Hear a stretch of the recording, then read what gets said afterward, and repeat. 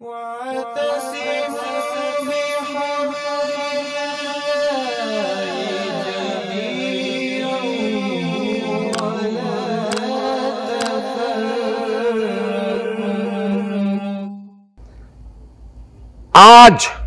ضرورت اس امر کی ہے کہ ہم کھل کر اپنے دین کی بات کریں، کھل کر اپنے نظام کی بات کریں۔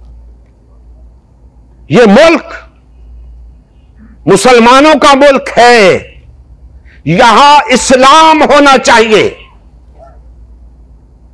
ہمیں دین جمہور نہیں چاہیے۔ لیکن اس کا مطلب یہ نہیں کہ ہم لٹھ لے کر دین جمہور کے پیچھے پڑ جائیں۔ اگر مسلمان دین جمہور کو پسند کرتا ہے تو دین جمہور کا کیا قصور؟ اگر مسلمان اپنے دین کی بجائے دین جمہور کو پسند کرتا ہے تو دین جمہور کا کیا قصور؟ قصور تو ہمارا اپنا ہے۔ نبی کریم صلی اللہ علیہ وآلہ وسلم کی زندگی کا مقصد غلبہ دین اسلام تھا۔ اس مقصد کے حصول کے لیے امت مسلمہ کی تشکیل ہوئی۔ امت مسلمہ نے نبی کریم صلی اللہ علیہ وآلہ وسلم کی سیادت و قیادت میں اسلام کو غالب و نافذ کیا۔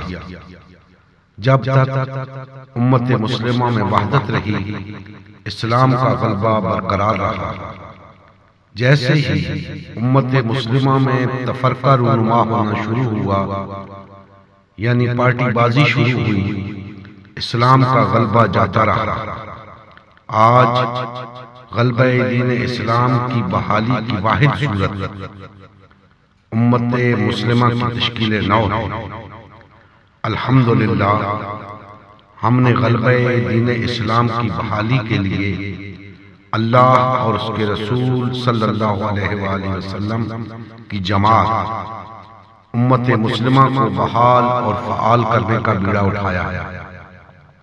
یہ فقط ہمارا ہی نہیں بلکہ تمام کلمہ گو افراد کا اولین فریضہ ہے کہ ہر قسم کے باطل اور طاغوتی نظام کے خلاف اٹھ کھڑے اور غلبہ دین اسلام کی بحالی کے لیے فرقہ واریت اور پارٹی بازی سے کنارہ کش ہو کر صرف اور صرف امت مسلمہ کو بحال اور فعال کرنے میں اپنا تن من دھن لگائیں۔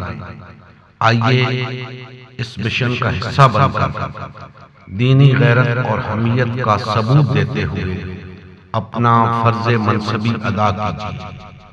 مزید تفصیل کے لیے ہمارا یوٹیوب چینل امت مسلمہ سبسکرائب کیجیے،